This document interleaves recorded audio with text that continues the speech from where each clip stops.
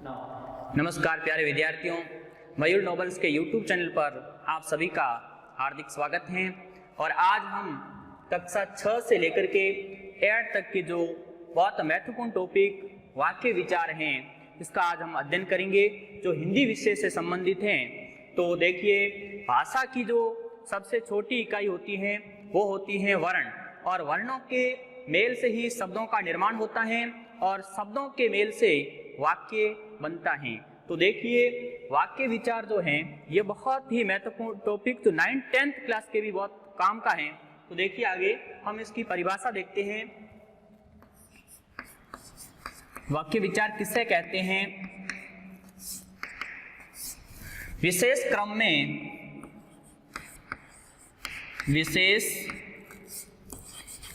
में संयोजित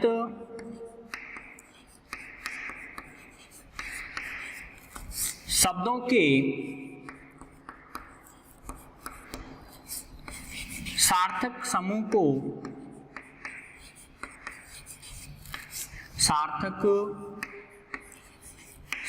को वाक्य कहते हैं।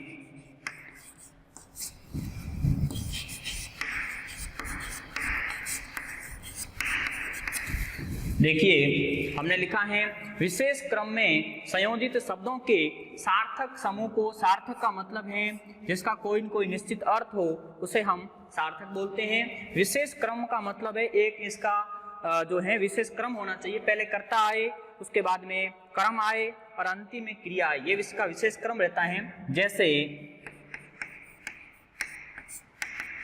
राम विद्यालय जाता है। वाक्य के लिए जो दो महत्वपूर्ण घटक हैं, एक तो कर्ता और अंतिम में क्रिया, दोनों का आना बहुत महत्वपूर्ण है, तभी जाकर के वाक्य का निर्माण होता है। तो ये राम जो है ये कर्ता है और विद्यालय जो है ये कर्म है और अंतिम में जो है जाता है ये क्रिया है। वाक्य के लिए दो महत्वपूर्ण घटक हैं, कर्ता और क्रिया, इनके द्वारा ही वाक्य का निर्माण होता है। और सामान्यतः जो वाक्य का क्रम है वो रहता है कर्ता, कर्म और क्रिया, इस प्रकार से जो है। उसके बाद में हम आगे जो है इसके वाक्य के अंगों की बात करेंगे। वाक्य के दो अंग होते हैं, बहुत महत्वपूर्ण बात कर रहा हूं विद्यार्थियों, ध्यान दीजिएगा। वाक्य के अंग,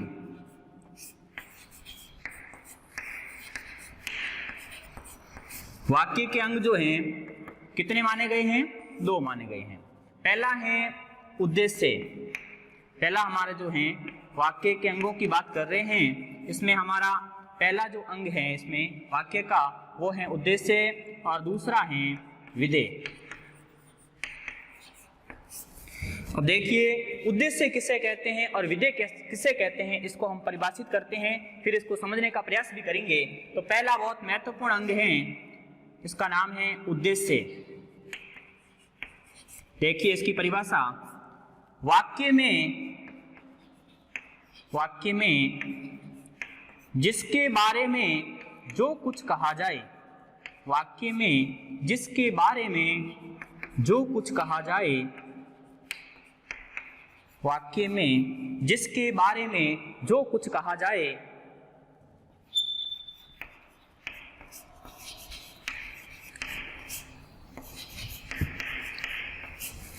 अर्थात कर्ता एवं कर्ता का विस्तारक। हमने लिखा है वाक्य में जिसके बारे में जो कुछ कहा जाए, अर्थात कर्ता एवं कर्ता का विस्तारक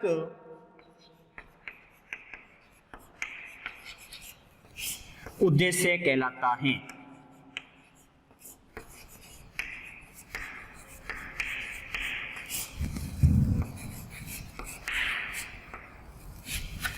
अब देखिए, समझने की बात क्या है, उद्देश्य का मतलब होता है कर्ता, क्रिया को करने वाला जो होता है वही वाक्य का क्या कहलाता है?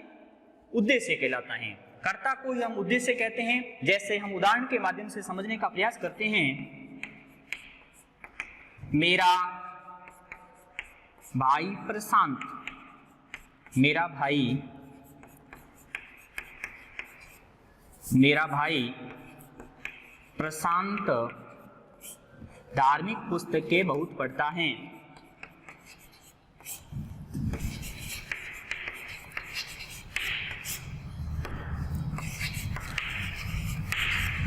बहुत पढ़ता है। देखिए इस वाक्य में ध्यान से देखें सभी, तो मेरा भाई प्रशांत, यहां तक जो है प्रशांत जो है इस वाक्य का कर्ता है। प्रशांत जो है ये क्रिया को करने वाला है और कर्ता का विस्तारक जो आगे आया है वो है मेरा भाई, ये इस कर्ता का विस्तारक है, इसलिए यहां से लेकर के यहां तक जो है ये वाक्य का उद्देश्य कहलाएगा। तो सभी विद्यार्थी जो हैं इसको ध्यान से समझने का प्रयास कर रहे होंगे। तो वाक्य में जिसके बारे में जो कुछ भी कहा जाएगा उसे हम उद्देश्य कहेंगे, और जैसे मेरा भाई प्रशांत धार्मिक पुस्तकें बहुत पढ़ता है, इसी प्रकार से हम एक उदाहरण और लेते हैं। राम पुस्तक पढ़ता है, राम पुस्तक पढ़ता है। इस वाक्य में आप ध्यान से देखें तो उद्देश्य क्या होगा, राम होगा। राम के बारे में सब कुछ कहा गया है कि वो पुस्तक पढ़ता है, तो ये राम है, ये वाक्य का क्या है, उद्देश्य होगा। क्या होगा, उद्देश्य होगा। और ध्यान देवे कर्ता को ही उद्देश्य कहते हैं। अब हम आगे इसका जो दूसरा अंग है विधेय, उसका हम अध्ययन करेंगे। उद्देश्य तो आपको समझ में आ ही गया होगा।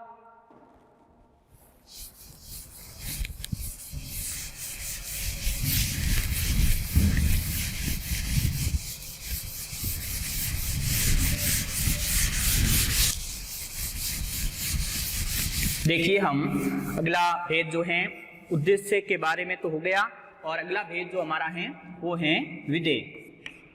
ध्यान दीजिए सभी, वाक्य के दो अंग होते हैं, पहला उद्देश्य और दूसरा विधेय। विधेय के देखिए क्या इसकी परिभाषा है। उद्देश्य के बारे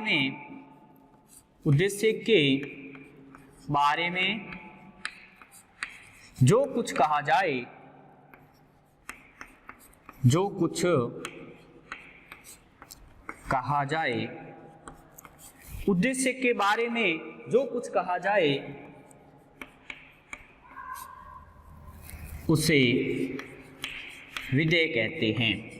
बिल्कुल सरल हैं, विधेय कहते हैं। उद्देश्य में क्या आता है, ध्यान दीजिए। विधेय में उद्देश्य के बारे में जो कुछ भी कहा जाएगा वो विधेय में आएगा, यानी कर्ता के बारे में जो कुछ भी कहा जाएगा। और जैसे हम उदाहरण के माध्यम से ही समझने का प्रयास करते हैं।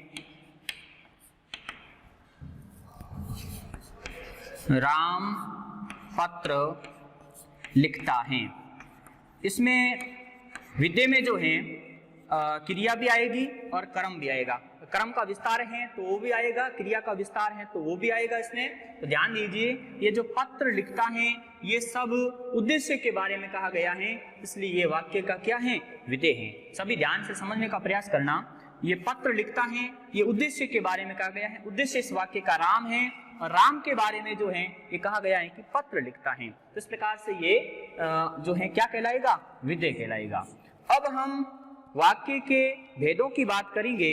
तो वाक्य के जो प्रमुख जो भेद हैं वो कितने माने गए हैं। वाक्य के प्रमुख जो भेद हैं मोटे तौर पर दो भेद माने गए हैं। तो वाक्य के भेद या प्रकार भी कह सकते हैं हम। तो देखिए दो प्रकार के वाक्य माने गए हैं। एक हमारा जो है वो है पहला रचना के आधार पर, और दूसरा हमारा जो है वो है अर्थ के आधार पर।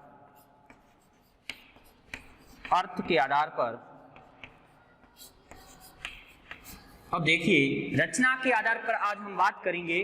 वाक्य के जो भेद हैं, रचना के आधार पर वाक्य के कितने भेद होते हैं, इसका हम अध्ययन करेंगे। सभी विद्यार्थी ध्यान से समझने का प्रयास करना। आज हम अभी रचना के आधार पर बात करेंगे। रचना के आधार पर वाक्य के जो भेद हैं वो तीन माने गए हैं। कितने माने गए हैं, तीन माने गए हैं। बहुत महत्वपूर्ण टॉपिक है हमारा, और सभी ध्यान देना। वाक्य की रचना के आधार पर जो वाक्य के भेद हैं इसका हम अध्ययन करेंगे। रचना के आधार पर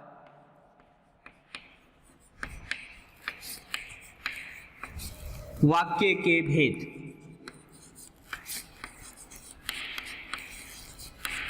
कितने माने गए हैं? 3 माने गए, बहुत महत्वपूर्ण हैं। तीनों भेदों के पहले नाम लिखते हैं हम, फिर परिभाषाएं देखेंगे। पहला हमारा जो होगा सरल, इसको साधारण भी बोलते हैं, तो सरल या साधारण वाक्य। पहला हमारा जो है सरल या साधारण वाक्य। दूसरा भेद है वो है संयुक्त वाक्य। कौन सा है? संयुक्त वाक्य। संयुक्त वाक्य। तीसरा भेद रहेगा वो है मिश्र या मिश्रित वाक्य। मिश्र या मिश्रित वाक्य। रचना के आधार पर वाक्य, रचना को बनावट भी कह सकते हैं हम, तो रचना या बनावट के आधार पर जो वाक्य के भेद हैं वो 3 हैं। पहला सरल या साधारण वाक्य, दूसरा संयुक्त वाक्य, और तीसरा है मिश्र या मिश्रित वाक्य। अब पहला जो वाक्य है सरल या साधारण वाक्य, इसको हम देखते हैं। सरल या साधारण वाक्य, नाम से ही स्पष्ट है, सरल और साधारण वाक्य। सरल या साधारण वाक्य समझने का प्रयास करना विद्यार्थियों। जैसे जिस वाक्य में एक उद्देश्य, जिस वाक्य में एक उद्देश्य एवं एक विधेय होता है। जिस वाक्य के अंदर एक उद्देश्य होता है और एक विधेय होता है,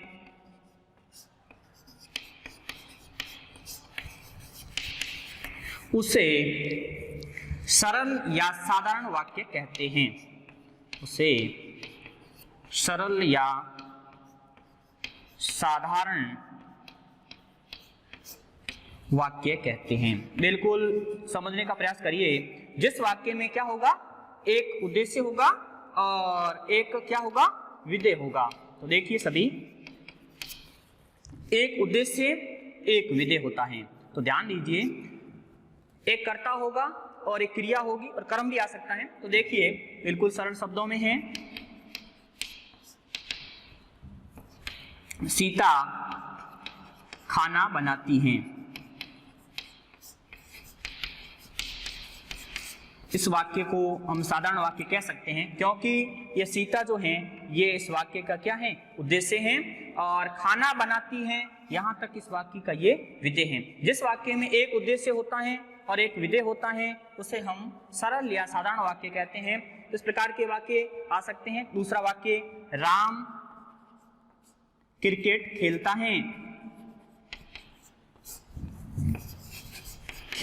है। तो इस वाक्य में ये राम जो है ये उद्देश्य है और क्रिकेट खेलता है यहाँ तक ये इस वाक्य का क्या है? विधेय है। तो इस प्रकार से जिस वाक्य में एक उद्देश्य होता है और एक विधेय होता है उसे हम क्या कहते हैं? सरल या साधारण वाक्य कहते हैं। इसमें कर्ता का विस्तारक भी आ सकता है और क्रिया का विस्तारक जो है विधेय में आता है। इस प्रकार से हमारा दूसरा भेद रहेगा संयुक्त वाक्य। मैं उम्मीद करता हूं कि आपको सरल या साधारण वाक्य तो समझ में आ ही गया होगा। अगला हमारा वाक्य जो रहेगा वो रहेगा संयुक्त वाक्य। तो देखिए सभी विद्यार्थियों ध्यान दीजिएगा।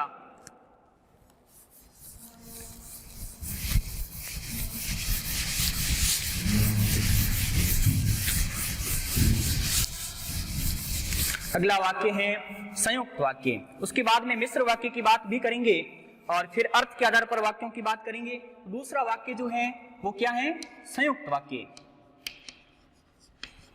नाम से ये स्पष्ट लग रहा है कि जिस वाक्य में संयुक्त का अर्थ होता है मेल, संयुक्त वाक्य। जिस वाक्य में क्या होंगे? 2 वाक्य होंगे। कैसे वाक्य होंगे? सरल वाक्य होंगे। तो ध्यान दीजिए, जिस वाक्य में 2 या 2 से अधिक, 2 या 2 से अधिक क्या होते हैं? सरल वाक्य होते हैं। सरल या साधारण वाक्य होते हैं जिस वाक्य में दो या दो से अधिक सरल या साधारण वाक्य हो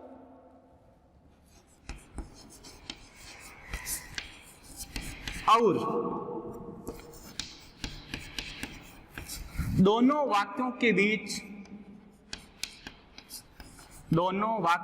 बीच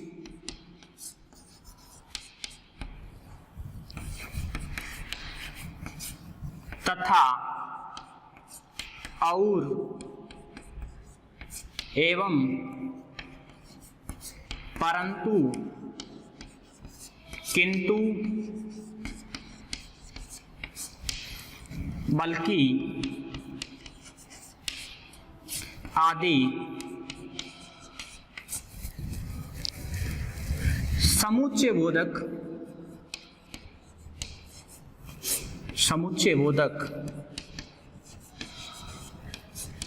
बोधक अव्यय हो उसे हम क्या कहते हैं? संयुक्त वाक्य कहते हैं। उसे संयुक्त वाक्य कहते हैं। समझने का प्रयास करना। परिभाषा को हम वापस देख रहे हैं। जिस वाक्य में दो या दो से अधिक सरल वाक्य हो और दोनों वाक्य जो हैं निम्न समुच्चय बोधक चिन्हों से जुड़े रहते हैं। कौन कौन से हैं? बीच में तथा आ सकता है, और है, एवं है, परंतु, किंतु, बल्कि। इसलिए इस प्रकार के जो हैं ये समुच्चय बोधक अव्यय आते हैं। जैसे हम देखते हैं उदाहरण से समझने का प्रयास करते हैं। राम गाना गाता है, राम गाना गाता है और मोहन पढ़ता है, मोहन पढ़ता है।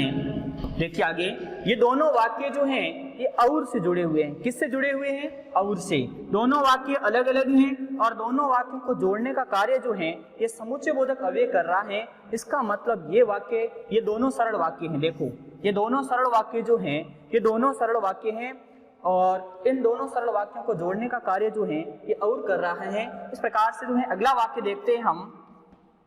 और फिर इसमें देखिए, जैसे सीता पुस्तक पढ़ती हैं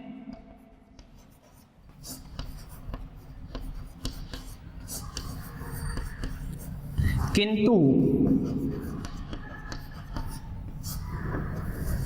गीता खेलती हैं।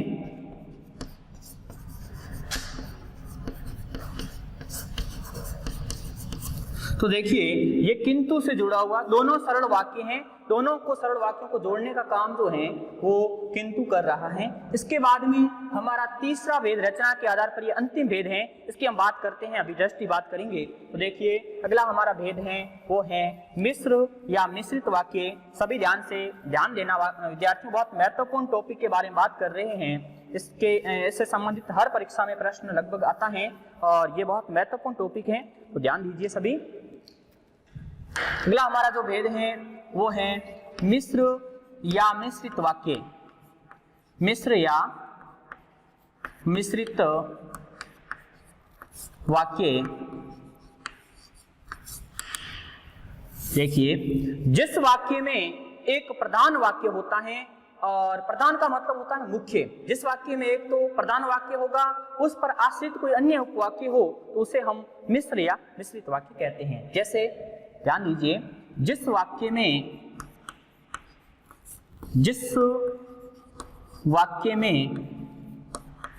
एक प्रधान वाक्य होता है। कैसा होता है? प्रधान। प्रधान का अर्थ मुख्य। एक वाक्य होगा वो मुख्य वाक्य होगा। जिस वाक्य में एक प्रधान वाक्य होता है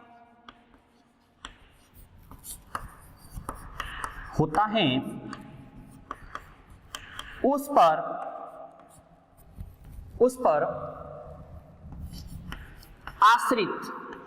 आश्रित का अर्थ होता है निर्भर। क्या होता है? निर्भर। उस पर आश्रित कोई अन्य उपवाक्य हो, कोई अन्य उपवाक्य हो उसे मिश्र या मिश्रित वाक्य कहते हैं। जिस वाक्य में एक प्रधान वाक्य होता है उस पर आश्रित कोई अन्य उपवाक्य हो उसे मिश्र या मिश्रित वाक्य कहते हैं। मिश्रित वाक्य कहते हैं। ध्यान दीजिएगा, जिस वाक्य में क्या होगा, एक प्रधान वाक्य होगा, उस पर आश्रित कोई अन्य उपवाक्य होगा तो उसे हम क्या कहते हैं, मिश्र या मिश्रित वाक्य। देखिए जैसे उदाहरण के माध्यम से समझते हैं। महात्मा गांधी ने कहा था, महात्मा गांधी ने कहा था कि सदा सत्य बोलो।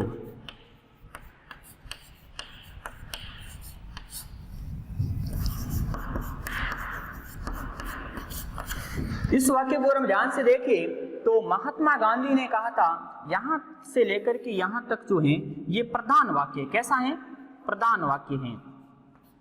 ये कैसा है, प्रधान वाक्य है यहां से। और हमारे मन में एक जिज्ञासा बनी रहती है कि क्या कहा था उन्होंने। तो ये अगला जो है, ये इसके बाद में जो ये अगला है ये आश्रित उपवाक्य कैसा है, आश्रित उपवाक्य है। तो इस प्रकार से जो है दोनों वाक्यों को जोड़ने का काम जो है ये की के माध्यम से हुआ है। तो ये संज्ञा उपवाक्य है, क्योंकि मिश्र वाक्य को हम तीन भागों में बांट सकते हैं, संज्ञा उपवाक्य और संज्ञा आश्रित उपवाक्य और विशेषण आश्रित उपवाक्य और क्रिया विशेषण आश्रित उपवाक्य। इस प्रकार से जो है एक उदाहरण हम और समझते हैं। जैसे स्वामी विवेकानंद ने कहा था, स्वामी विवेकानंद ने कहा था कि उठो जागो तब तक न रुको, उठो जागो तब तक न रुको जब तक लक्ष्य प्राप्त न हो।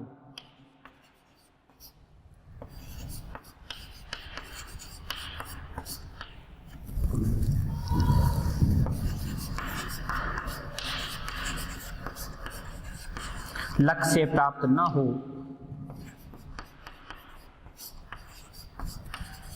तो इस प्रकार से जो है ये भी यहां से लेकर के यहां तक जो है हमारा वाक्य ये प्रधान वाक्य है। और उठो जागो तब तक ना रुको, यहां से यहां तक ये इसका हम कह सकते हैं आश्रित उपवाक्य है, इसके ऊपर निर्भर है। इसी प्रकार से तमाम वाक्य हैं, लेकिन आज हम इतनी ही बात करेंगे। तो सभी विद्यार्थियों को धन्यवाद।